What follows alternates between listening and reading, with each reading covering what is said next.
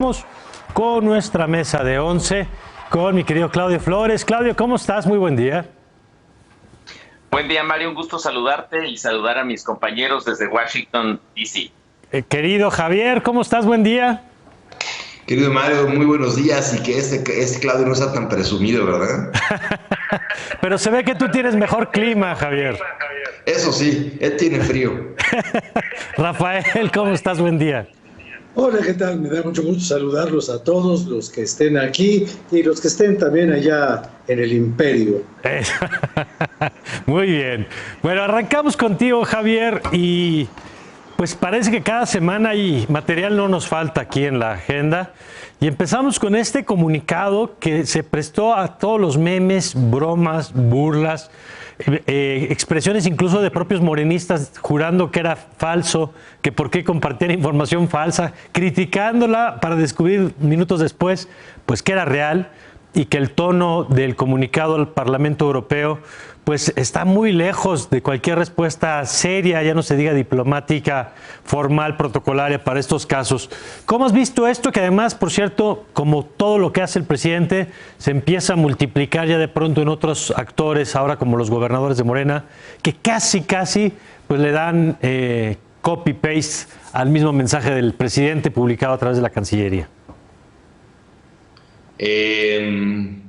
Pues mira, Mario, fue un boletín sorprendente. Cuando el jueves en la noche, después de las 10:30, salió ese boletín, había muchas dudas que fuera una información real oficial. De hecho, básicamente se estaba pensando que ese boletín era un tema inventado. Lo que es muy importante aquí es la reacción que tuvo el presidente en la mañana del viernes, donde básicamente el presidente pues no solamente lo repitió, lo dijo él, sino fue aún más beligerante. Yo te diría dos temas. Uno, es un boletín que está redactado y hecho para la audiencia de México. Sí. Su redacción es inentendible fuera de este país. ¿Cómo van a saber un europeo que es un borrego? Sí. En fin, es muy difícil. Ese está pensado aquí. La audiencia es aquí. El presidente se dio cuenta desde el viernes en la tarde, jueves en la tarde-noche, que iba a cobrar esto en gran parte del espectro nacional.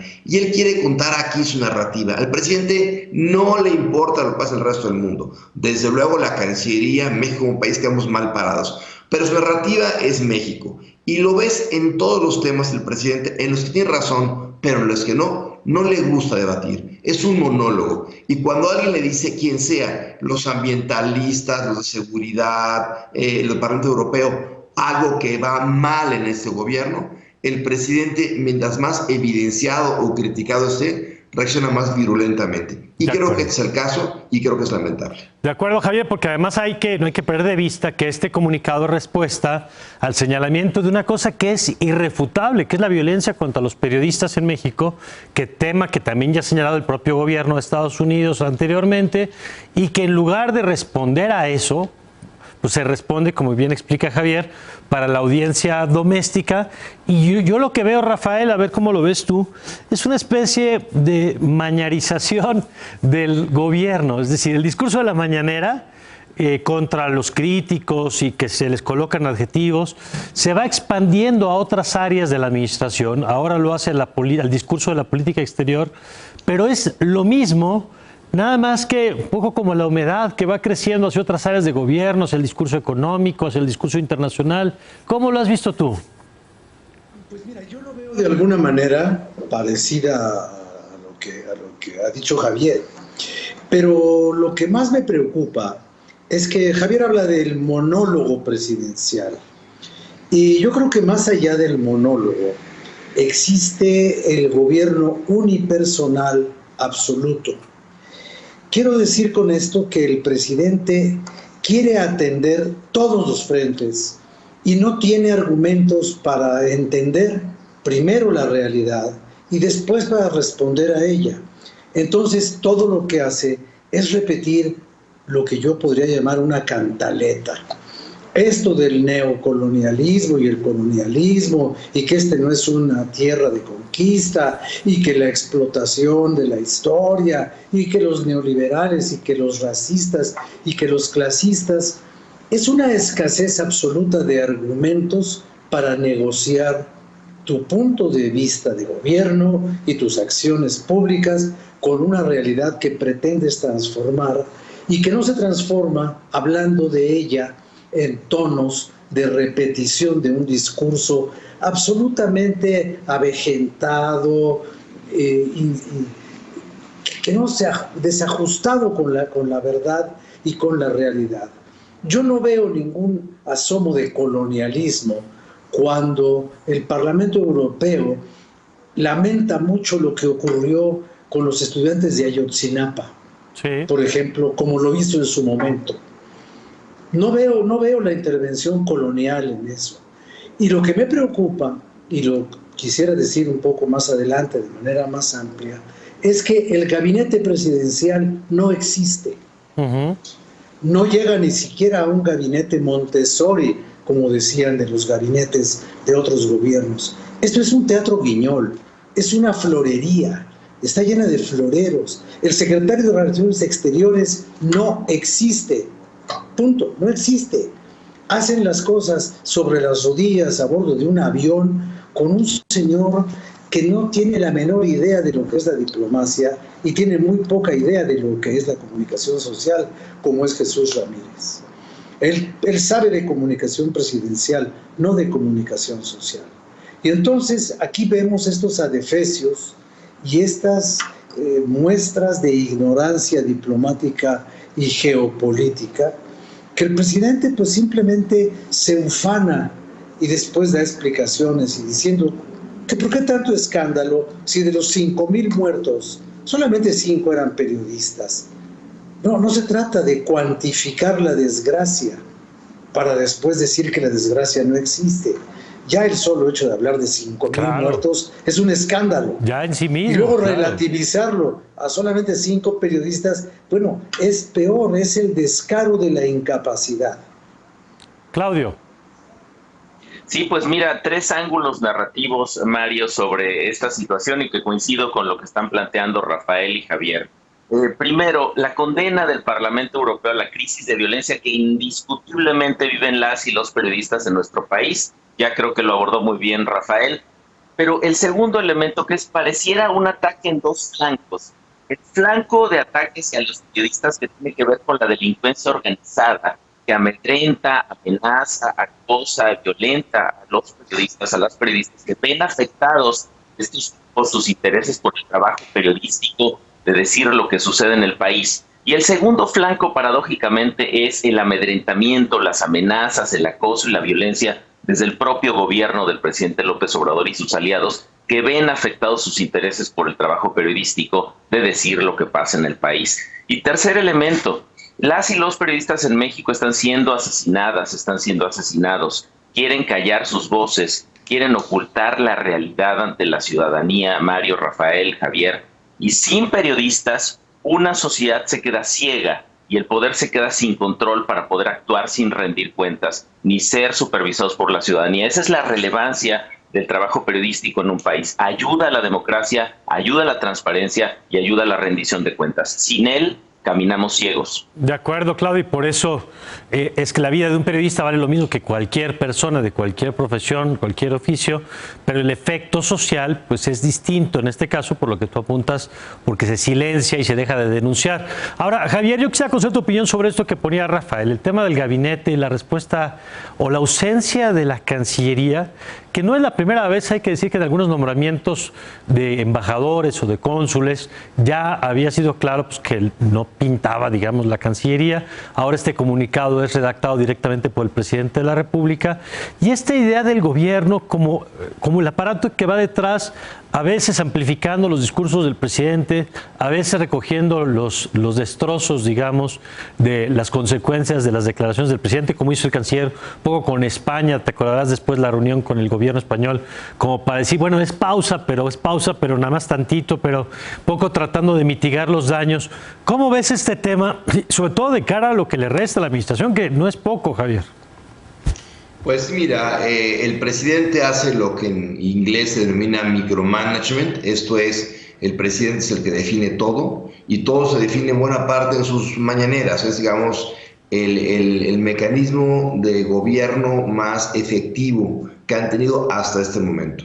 Tristemente, el canciller Marcelo Ebrard creo que es de los funcionarios más capaces de esta administración, pero él que lleva una política exterior bastante atinada, pues todo lo que va tejiendo con Estados Unidos, todo lo que va tejiendo con los europeos, pues no, pues parece ser que lo acaba destejiendo, ¿no? Es como el cuento de Penélope, ¿no? Que de noche descose lo que había tejido durante el día.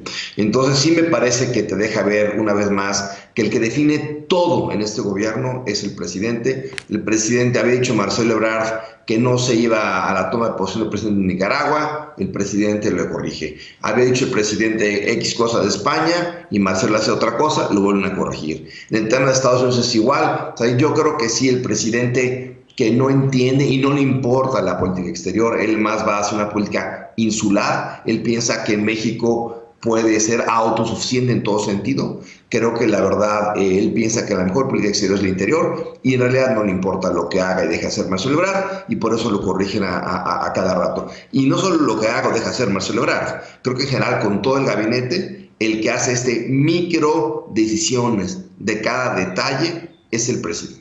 De acuerdo, y eso explica, Rafael, la ausencia del secretario de Hacienda. Yo no sé cuándo fue la última vez que vimos al secretario de Hacienda explicando, por ejemplo, frente al contexto que estamos viendo de incremento de los precios, del problema inflacionario, por mencionar solo un ejemplo de una de las secretarías que en otro momento pues, esperaríamos un rol mucho más visible y protagónico. Mira, yo creo que todo parte de un error. La concepción inicial que el presidente tiene es absolutamente equivocada.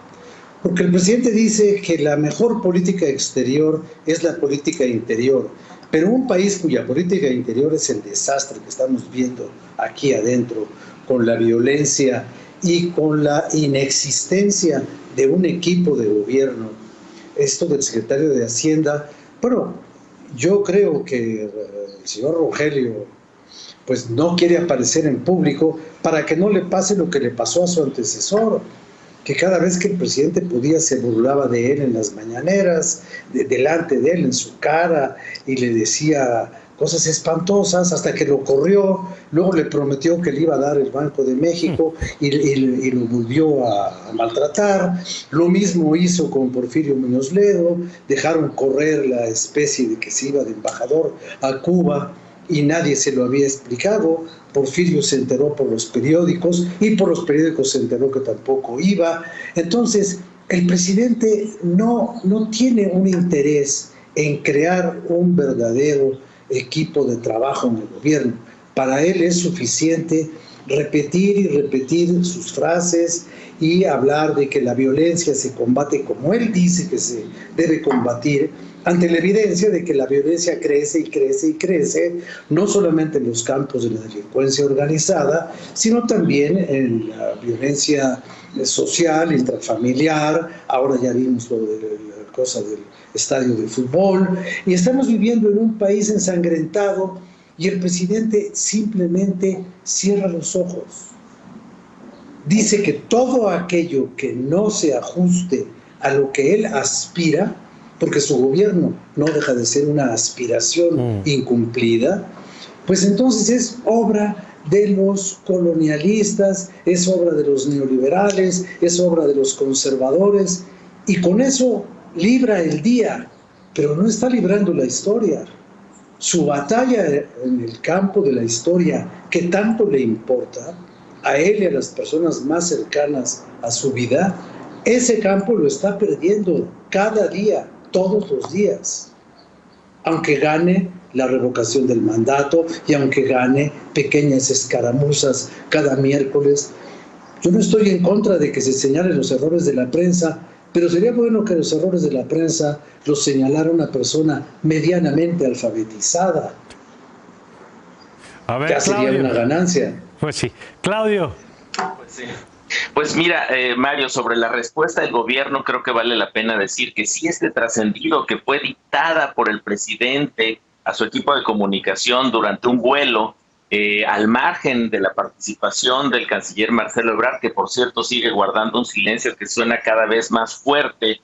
Tres adjetivos de esta narrativa. Primero, ya lo decía muy bien Javier, es una respuesta coherente con el estilo de López Obrador y con su perspectiva de lo que son las relaciones exteriores. Se hace política exterior para el interior, para nosotros las y los mexicanos. Es una respuesta, digamos, hacia afuera, pero orientada y con destinatarios más bien hacia dentro de México. El presidente sabemos que es un experto en victimizarse, lo encuadra como un ataque colonialista, como ya decía Rafael, aliado a quienes se oponen a su gobierno. Segundo adjetivo, grosero, provocador, buscando capitalizar políticamente el regaño del Parlamento Europeo, el señalamiento, sale de cualquier tipo de respuesta o estándar de relaciones exteriores y además preocupa este delirio que sería el tercer adjetivo, lo preocupante que implica la radicalización de un movimiento que tiene tanto poder, además con el seguimiento de todos las y los gobernadores de Morena que se van detrás de lo que dice el presidente, y es muy preocupante esto hacia el futuro, Mario, Rafael, Javier, porque pudiéramos ver una mayor radicalización de un movimiento. En la historia me parece que se repite sistemáticamente cuando este tipo de movimientos se probleman con crisis de violencia, de inseguridad, económicas, de control sanitario, etcétera, etcétera, se radicalizan y entonces las posiciones se vuelven menos, digamos, óptimas para el diálogo, para la negociación tan importante en política, Mario. De acuerdo, pues vamos a ver qué nos trae esta semana en estos temas que han puesto ustedes sobre la mesa. Javier, gracias como siempre. Gracias, Rafael. Muchas gracias a ustedes, que tengan una buena semana. Gracias, igualmente. Gracias, Claudio. Buen regreso. Muchas gracias y buena semana para todas y todos. Gracias a los tres, como siempre, en nuestra mesa de las 11 de la mañana. Vamos a una pausa y enseguida regresamos, que nos queda mucho por delante aquí en la agenda pública. Ya volvemos.